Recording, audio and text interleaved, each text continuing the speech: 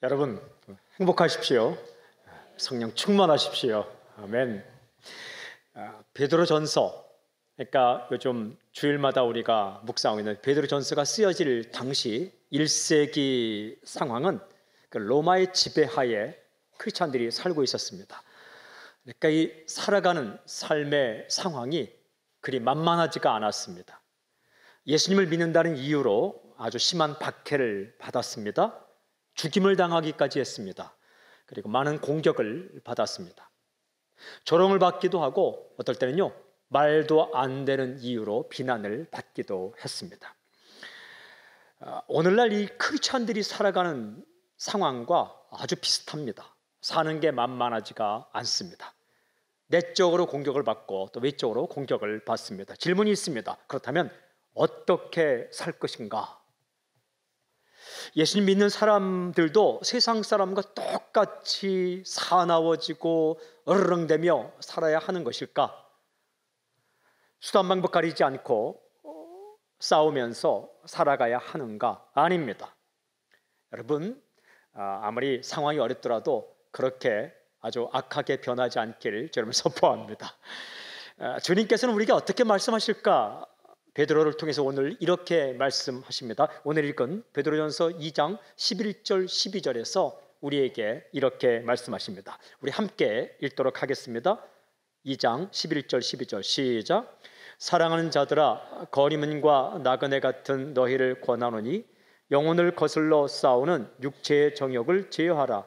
너희가 이방인 중에서 행실을 선하게 가져 너희를 악행한다고 비방하는 자들로 하여금 너희 선한 일을 보고 오시는 날에 하나님께 영광을 돌리게 하려 함이라.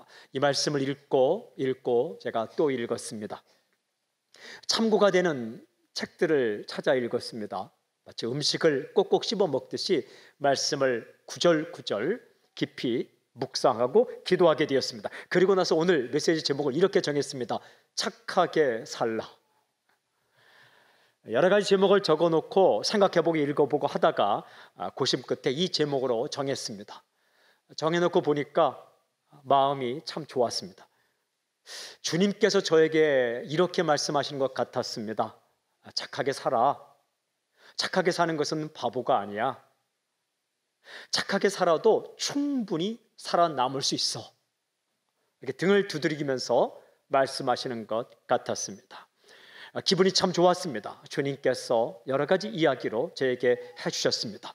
제가 들은 그 말씀, 이 말씀을 묵상하며 제가 깨달은 이 말씀을 이 시간 우리 함께 나누도록 하겠습니다. 오늘 읽은 말씀은 크게 두 부분으로 나누어져 있습니다. 그것은 그리스도인의 실존과 삶입니다. 다르게 표현하자면 어떤 상황에 처해 있는가라는 것과 그 상황에서 어떻게 살 것인가 라는 말씀입니다. 첫 번째, 실존, 어떤 상황에 처해 있는가.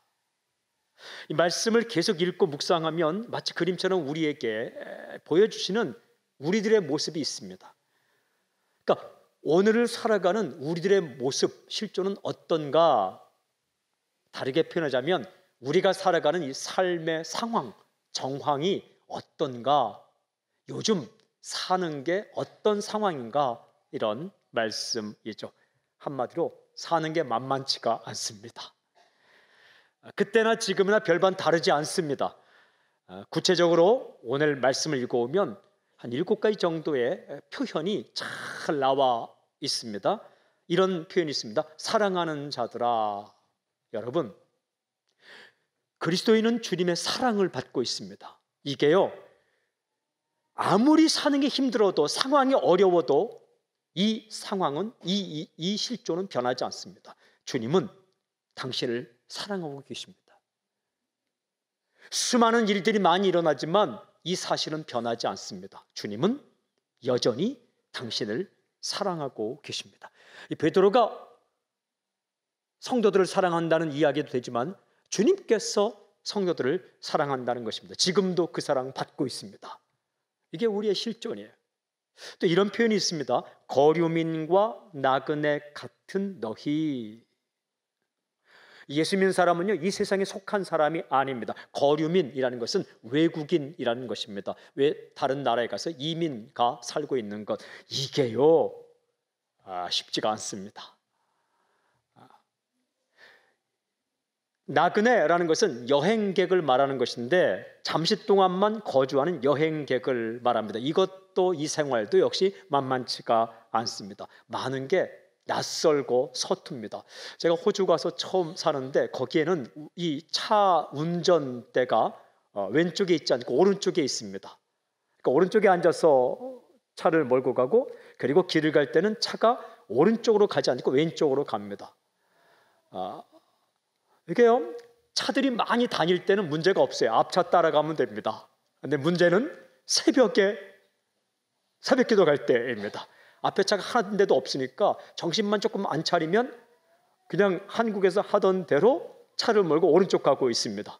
그러면요, 앞에서 갑자기 확 빛이 비칩니다. 그 생각에, 아니 저 차는 왜 거꾸로 오는 거야? 제가 거꾸로 가고 있거든요. 그래서 한 1년 정도 되면 이제 익숙해지거든요. 그런데 1년 정도 되면 익숙해졌다 생각할 때 조금 딴 생각하면 또 오른쪽 가고 있습니다. 그렇지 않니 그렇게 산다는 거예요. 정신을 바짝 차릴 때는 하나님 말씀대로 살려고 하다가 조금만 정신 안 차리면 옛날 사던 방식대로 그냥 살아갑니다. 그게 외국인의 삶과 같다라는 거예요. 오늘 또 이 말씀 보면 이렇게 기록되어 있습니다. 세 번째로, 너희가 이방인 중에서, 이방인은 믿지 않는 사람을 가리킵니다. 믿는 사람과 믿지 않는 사람이 함께 섞여서 살아가고 있습니다. 그럼 주변에 항상 예수 믿지 않는 사람들이 있죠. 오히려 더 많습니다. 그들 가운데 살아갑니다. 이 그리스도인들끼리만 살지는 않습니다. 그렇게 해서도 안 됩니다. 이게 현실입니다. 그러니까 함께 일하고, 함께 공부하고, 함께 친구로 지내고 살아가죠. 그래서 때로는 이야기가 통하지 않을 때도 있는 거죠. 또 네 번째는 영혼을 거슬러 싸우는 육체의 정욕이라는 말이 나옵니다. 늘 우리가 공격을 받습니다. 우리 내부에 우리를 유혹하는 죄의 속성들이 있다는 겁니다. 이 말씀에서 영혼과 육체는 그냥 사람을 이분법적으로 나눠서 이 살덩이와 영혼 그렇게 나누는 것이 아니라, 이 영혼은 한 사람의 전체를 가리키고 육체의 정욕이란 그 사람을 무너뜨리라는 죄의 유혹들을 가리키고 있습니다. 여러분, 이 속에 있는 죄의 유혹들이 끊임없이 공격한다는 거예요. 이게 만만치 않습니다. 순간순간 떠오르는 죄의 생각들, 이 죄된 속성들이 무섭고 끈질기고 집요하게 우리를 공격합니다. 이 외부적인 공격보다 더 무서운 겁니다. 또 오늘 성경 읽어보니까 너희를 악행한다고 비방하는 자들, 비방을 받는다라고 말씀하십니다. 비난을 받고 비방을 받는 거, 이거 견디기 힘든 공격입니다. 아무리 굉장히 대단한 것 같은 멘탈, 정신력이 대단한 것 같은 사람도요, 계속 비방하면 어느 날 갑자기 마음이 상합니다. 무서운 거예요. 사람들은 1세기 상황 가운데도 크리스찬을 비방했지만 오늘날도 비방거리를 찾고 있다라는 거죠. 여러분 가운데 나는 아무리 비난을 받아도 괜찮아 라고 자신하지 마십시오. 이게 참 사람이 비난에 약한 존재입니다. 또 성경 읽어보니까 여섯 번째는 너희 선한 일을 보고라고 기록되어 있어요. 사람들이 보고 있습니다. 사람들이 다 지켜보고 있다는 거예요. 특별히 우리 예수 믿는 사람들을 세상 사람이 지켜보고 있습니다. 누군가가 지켜보고 있는 가운데 산다는 것은 그리 쉽지 않습니다. 마치 유리로 벽을 만든 곳에 사는 것과 마찬가지입니다. 그거 아십니까? 하나님은 마음을 보고 사람들은 행동을 봅니다. 사람은 실제 마음을 잘 모릅니다. 우리 이렇게 생각할 때가 있어요. 왜 내 마음을 모르지? 왜 내 사정을 모르지? 왜 내 마음을 몰라주지? 여러분 기억하십시오. 사람은 사람의 마음을 모릅니다. 하나님만 아십니다. 사람들은 무엇을 보느냐? 행동을 본다라는 거예요. 너희 선한 일을 보고. 그러니까 저 사람은 착할 거야, 착하게 행동할 거야 라고 생각하다가 이 사람이 악하게 행동하면 기대가 실망으로 바뀔 때 비난이 쏟아진다는 거죠. 여러분, 이 세상 사람들은 예수 믿는 당신을 지켜보고 있습니다. 저 사람은 어떻게 할까? 이렇게 보고 있다라는 거죠. 그런데 오늘 성경 가운데 우리들의 삶을 나타내는 마지막 7번째 이렇게 되어 있어요. 오시는 날에. 무슨 말입니까? 하나님이 오시는 날이 있다라고 말씀하십니다. 엔 하메라 에피스코페스라는 이 헬라어는 하나님께서 오시는 날에라는 말입니다. 이 시간은요, 하나님이 우리들의 인생에 결정적으로 개입하시는 날을 가리킵니다. 여러분, 하나님이 우리 가운데 오실 때는 심판하실 때도 있고 축복하실 때도 있습니다. 하나님은 오십니다. 하나님은 나타나십니다. 비방하던 자들에게 나타나면 그들이 창피를 당합니다. 그러나 참고 또 참는 우리에게 나타나면 하나님께서 칭찬도 해주시고 필요한 것들도 허락하십니다. 저는 하나님이 오신다 이 말씀을 오늘 성경 이 본문을 묵상하다가 이렇게 묵상했습니다. 하나님은 나에게 신방을 오신다. 하나님은 나에게 신방 오신다. 이 역사가 끝나는 날에 하나님이 오시기도 하지만 매일매일 살아갈 때에 이 땅을 살아가는 우리에게 하나님은 오십니다. 여러분, 누군가가 예수님을 믿지 않고 나를 이해하지 못할 때 하나님이 그에게 오시면 그가요 마음을 바꾸어 예수님 믿고 회개하고 글쎄 당신을 위해서 중보기도 하는 사람으로 바뀝니다. 그런 날이 있다는 거예요. 그런 날이 있다는 겁니다. 당신을 이해하지 못하고 오해하던 그 사람에게 하나님이 오시면 그 사람이 당신을 이해하게 된다는 거예요. 내가 정말 잘 모르게 살다가 엉망으로 사는데 하나님이 오시는 날이 있다는 거예요. 그때는 다시 예수님 잘 믿어야지 이런 마음을 갖게 되는 거죠. 이게 우리가 살아가는 실존이라는 거예요. 여러분, 그렇습니다. 우리는 이 땅에서 어떻게 살아가는가? 주님의 사랑을 받고 있습니다. 이건 변치 않습니다. 그러나 외국인처럼 나그네처럼 살아갑니다. 낯설고 서툴게 어이없는 실수를 저지르며 살아가죠. 또 이방인들과 함께 예수 안 믿는 사람과 함께 섞여 살아갑니다. 여러분, 이걸 피하면 안 됩니다. 이거 피하려면 정말 세상 밖으로 가야 합니다. 늘 함께 섞여 살아갑니다. 때로는 우리가 말도 안 되는 비난과 비방을 받기도 합니다. 사람들은 당신의 행동을 지켜보고 있습니다. 그러나 어느 날 하나님이 개입하셔서 우리에게 칭찬하시기도 하고 그토록 해결되지 않는 문제가 어느 날 하나님께서 해결해 주시기도 합니다. 그리고 나에게 하나님이 오시면 내가 다시 믿음의 열심을 내기도 하고 안 믿는 사람에게 하나님이 오시면 그가 회개하고 예수 믿고 글쎄 나를 이해하고 기도해 주는 사람으로 바뀌는 날도 있습니다. 그렇게 살아갑니다. 이 7가지를 종합해 보면 예수 믿는 사람이 살아가는 실존을 이렇게 요약할 수 있습니다. 사는 게 만만치 않지만 그래도 살만하다. 제가 이 긴 이 글을 제목으로 하고 싶었습니다. 너무 길어서 착하게 살라 이렇게 정했습니다. 사는 게 만만치 않지만 그래도 살만하다. 여러분, 살만합니다. 살아야 합니다. 그렇습니다. 이 땅에서 살아가는 크리스천의 실존이 그렇습니다. 요즘 사는 게 힘든 사람이 있습니까? 사는 게 만만치 않아서 헉헉대고 있는 사람 있습니까? 여러분, 그게 정상입니다. 왜? 우리가 이 땅에서 살고 있기 때문에 그렇습니다.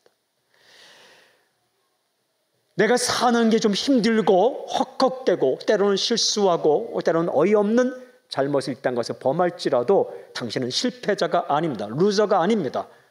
그게 정상입니다. 그게 현 주소입니다.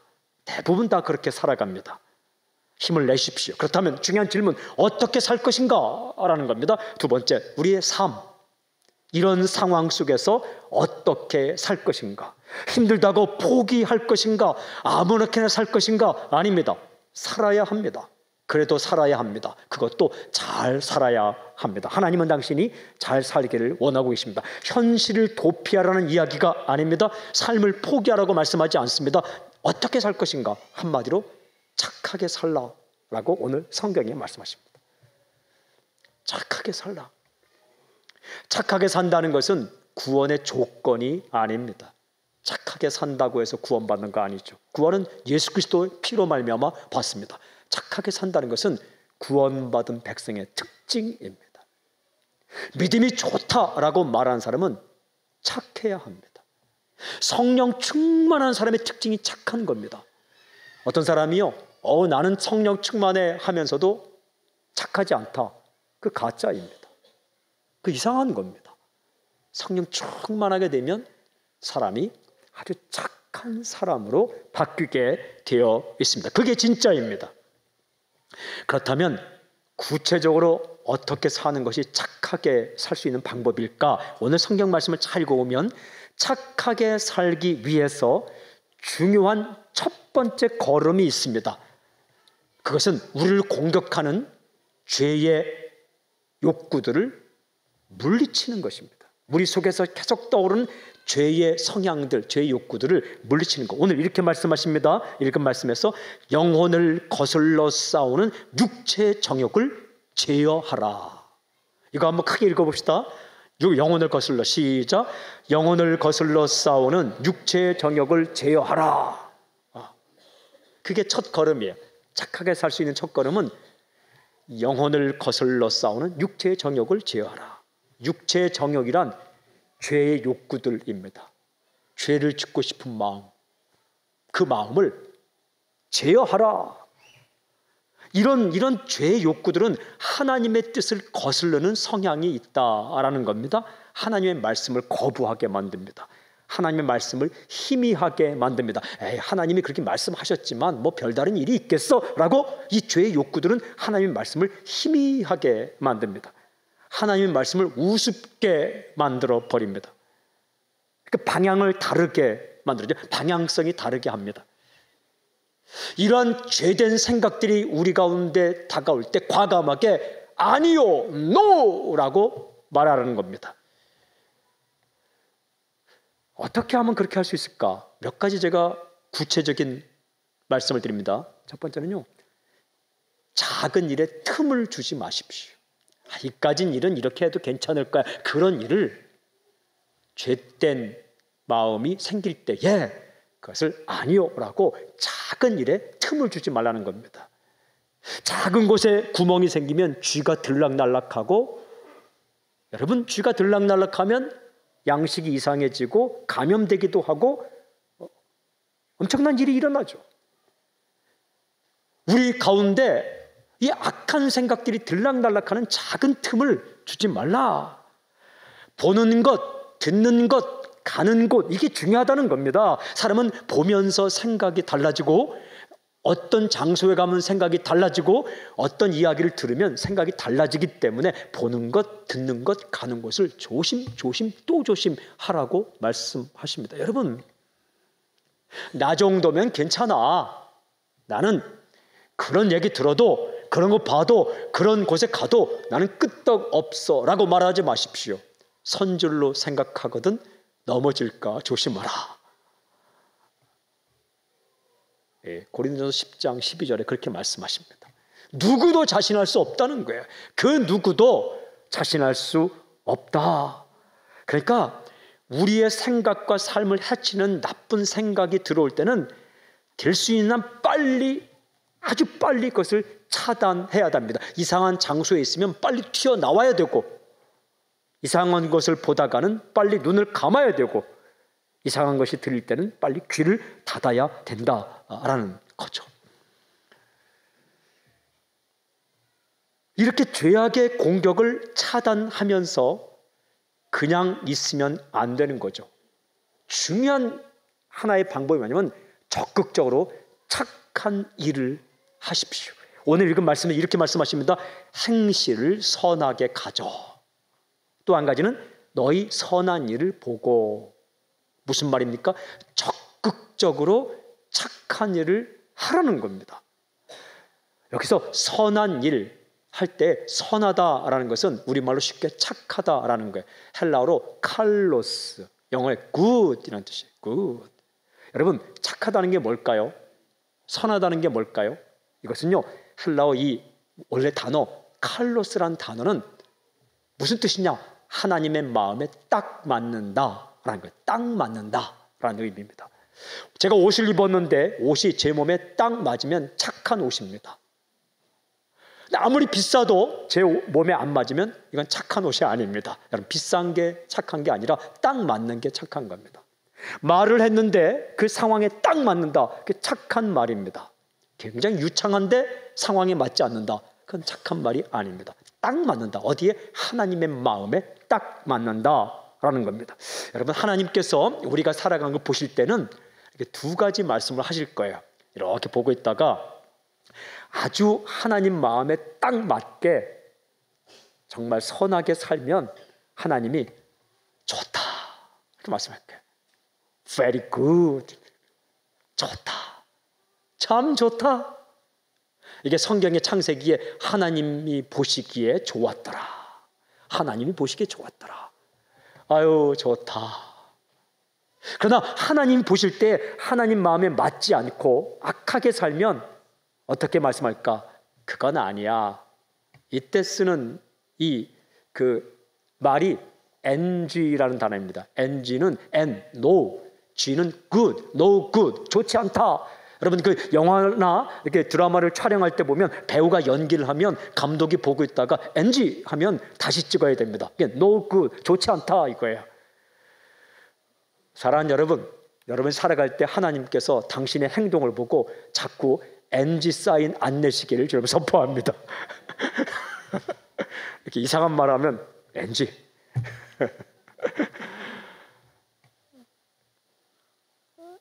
하나님 보시기에 아름답게 살라고 말씀하십니다. 착하게 사는 건 바보가 아닙니다. 적극적으로 착한 일을 하려고 애쓸 때에 우리 가운데 공격하는 악한 생각들을 물리칠 수 있습니다. 그냥 악한 생각 하지 말아야지 하다 보면 또 악한 생각이 들어옵니다. 그러나 선한 일을 하려고 적극적으로 애쓸 때에 악한 생각을 물리칠 수 있습니다. 몇 가지 중요한 구체적인 말씀을 드릴게요. 여러분, 선한 일을 하는 사람 옆에 있으십시오. 그러면요, 신기하게 생각이 선하게 바뀝니다. 매일 악한 말만 하고 악한 생각만 꾀하고 정말 악한 일만 도모하는 사람 옆에 있으면요, 나도 모르게 똑같아집니다. 연탄 나를 때요, 아무리 연탄을 안 묻히려고 해도 연탄이 묻습니다. 고깃집에 가면 아무리 냄새 안 배려고 해도 냄새 뺍니다. 자기만 모르죠. 거기 있다 온 사람은요, 아무리 맡아도 냄새가 안 납니다. 내가 냄새 납니다. 사람이 그렇습니다. 선한 일을 자꾸 도모하고 말하는 사람 옆에 있으면 선한 생각을 할 수가 있는 거죠. 그리고 선한 일을 하는 현장에 있으십시오. 현장 영성이 중요합니다. 이상한 곳에 어슬렁거리는 어슬렁 영성은 안 좋은 겁니다. 선한 일을 하는 현장에 남을 도와주고 베풀고 싸매주고 위로하는 그런 현장에 자꾸만 가십시오. 그리고 자신의 눈과 귀와 마음을 선한 것을 전달하는 영상 매체, 그런 텔레비전 프로그램이나 영화나 이런 드라마에 노출하십시오. 이상한 내용을 다루는 것에 자신을 노출하지 말고, 그걸 눈을 부릅뜨고 그걸 보지 말고 선한 것을 하자는 다큐멘터리나 영상에 자신을 노출하면 생각이 지배를 받습니다. 제가 며칠 전에 텔레비전 프로 가운데 어떻게 좀 옷을 입고 하다가 한 엄마와 한 아들의 이야기를 들려주는 영상 매체를 보았습니다. 아이가 크지 않은데 이 모든 피부가 막 각질이 일어나갖고 다 떨어져 나가는 거예요. 이 피부가 비늘처럼 다 일어나서 희귀성 난치병인데 떨어져 나가는 거예요. 근데 엄마가 그 아이를 참 포기하지 않고 돌봅니다. 그 각질을 다 가위로 썰어주기도 하고 그걸 이렇게 싸매주기도 하면서 그 아이를 돌봐줍니다. 그런데 제가 그 장면을 잠깐 보다가 그 아이가 엄마에게 엄마를 꼭 끌어안으며 이렇게 말하는 겁니다. 엄마 사랑해. 그 한마디가 가족이 이렇게 중요한 거구나, 이런 생각을 제가 하게 되었어요. 그 아이를 그렇게 끝까지 포기하지 않고 돌보는 사람은 엄마구나. 그리고 자신을 그렇게 돌봐주는 그 엄마에게 고마움을 느끼는 게 또 자식이구나. 그래서 엄마 사랑해 하니까 또 그 엄마가 나도 사랑해 꽉 끌어안더라고요.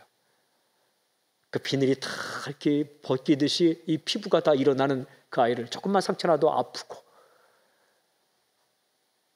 그런 이 모습을 보면서 가정이 이렇게 중요하구나. 교회에서 우리가 사역하고 사람 만날 때 가정이 아름답게 설 수 있도록 그런 프로그램, 그런 모임들을 자주 가져야 되겠구나, 이런 생각을 하게 되었죠. 그 작은 그 짧은 영상 다큐멘터리가 사람의 생각을 그렇게 아름답게 만들어주는 거죠. 그러니까 보는 것, 듣는 것, 그런 것들이 우리의 생각과 말과 행동과 인생을 좌우한다는 거죠.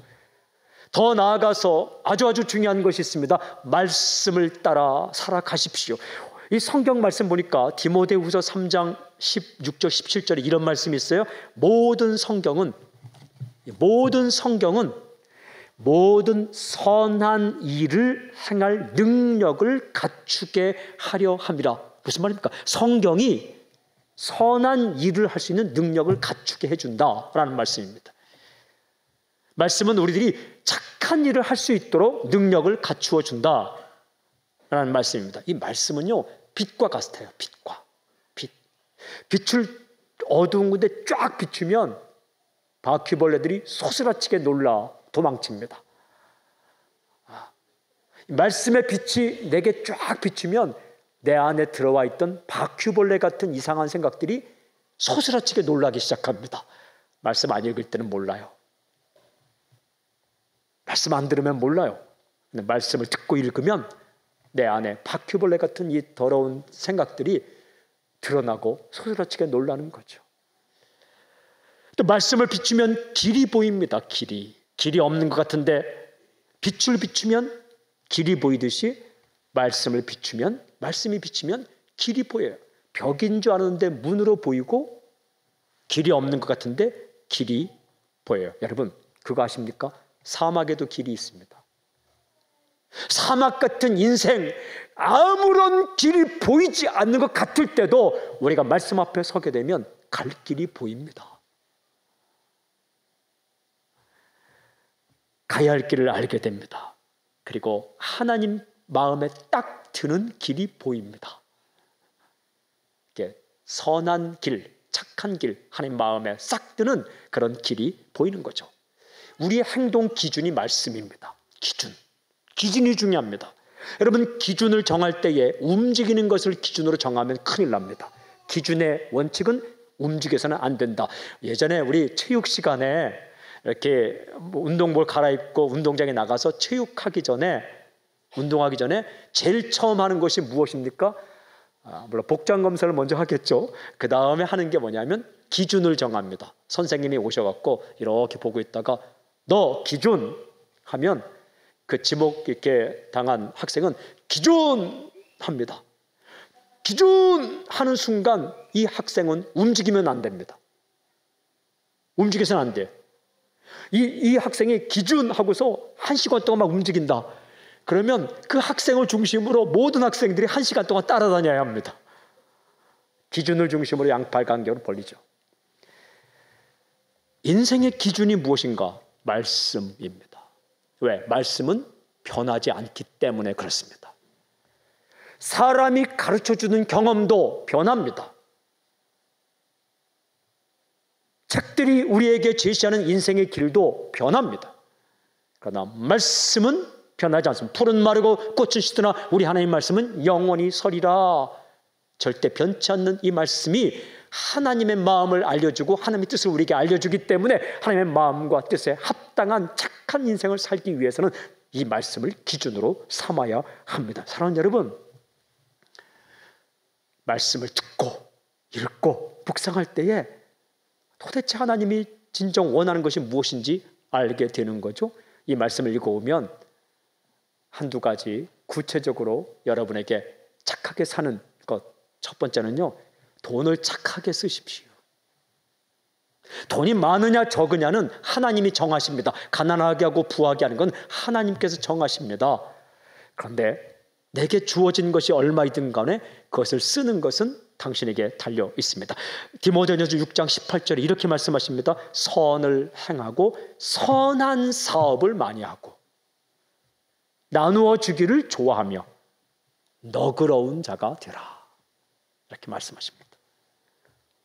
이 돈을 선한 사업에 잘 쓰라라고 말씀하십니다. 그리고 또 한 가지요. 말을 좀 착하게 하십시오. 좀이란 말 썼네. 말을 착하게 하십시오. 말을 착하게 하십시오.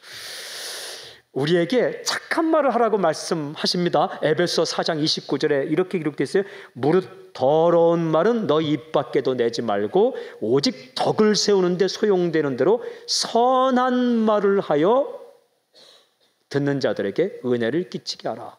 더러운 말이 있고 착한 말이 있다는 거예요. 선한 말이 있다는 겁니다. 더러운 말은 어떤 말입니까? 눈살을 찌푸리게 하는 이상한 성적인 농담들, 상대방을 은근히 깎아내리는 그런 말들, 두루 다니면서 있지도 않은 소문을 퍼뜨리는 말들, 남의 속도 모르면서 그냥 속을 박박 긁는 그런 말들, 그거는 입 밖에도 내지 말라. 여러분, 마음에 생기는 것까지는 어쩔 수 없어요. 입 밖에만 내지 마세요. 그러면 남들이 듣지 않거든요.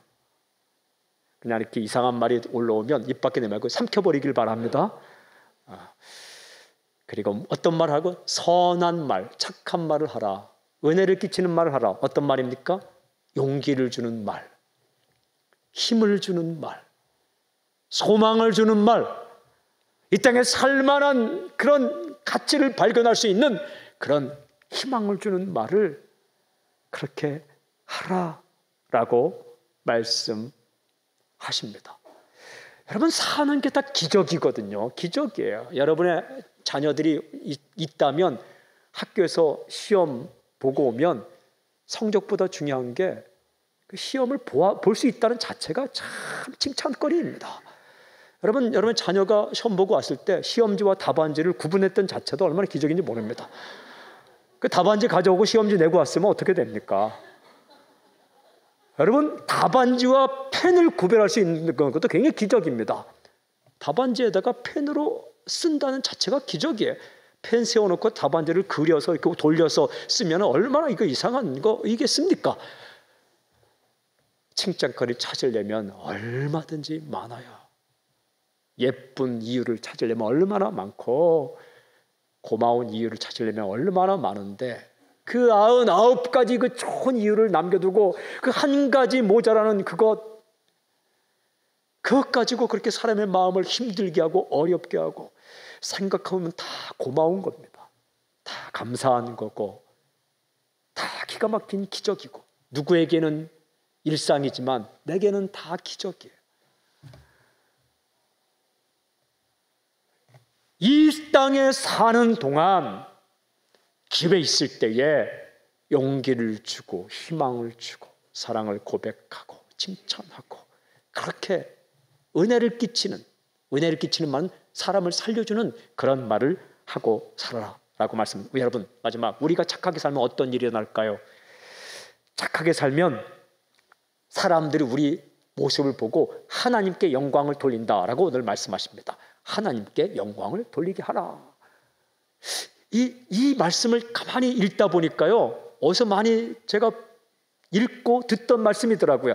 산상보훈에 마태복음 5장 16절에 이같이 너희 빛이 사람 앞에 비치게 하여 그들로 너희 착한 행실을 보고 하늘에 계신 너희 아버지께 영광을 돌리게 하라. 예수님께서 하셨던 말씀이더라고요. 그러고 보니까 이 베드로 전서에 기록된 오늘 이 본문 말씀은 예수님께서 하신 말씀과 똑같은 말씀입니다. 베드로가 그 말씀을 기억한 겁니다. 너희가 착하게 살면 사람들이 너희 착한 행실을 보고 하나님께 영광을 돌릴 것이다. 그걸 기억하고 사람들에게 권면하고 있는 거죠. 사랑하는 여러분, 당신의 아름다운 삶을 보고 사람들이 하나님께 영광을 돌리는 놀라운 역사가 있기를 주의 이름으로 선포합니다. 기도하겠습니다. 사랑하는 하나님 아버지, 우리가 이 땅에 살 때에 때로는 만만치 않고 낯설고 서툴고 어이없는 실수를 하며 때로는 힘들 때도 있지만, 그러나 그때마다 우리 마음을 추스려서 하나님 보시기에 아름다운 인생을 살 수 있도록 우리를 붙잡아 주시옵소서. 우리 말이 변하게 하시고 생각이 변하게 하시고 행동이 변하게 하시고 지갑이 변하게 하시고 우리의 마음 씀씀이가 변하는 놀라운 역사가 우리 가운데 있게 하여 주시옵소서.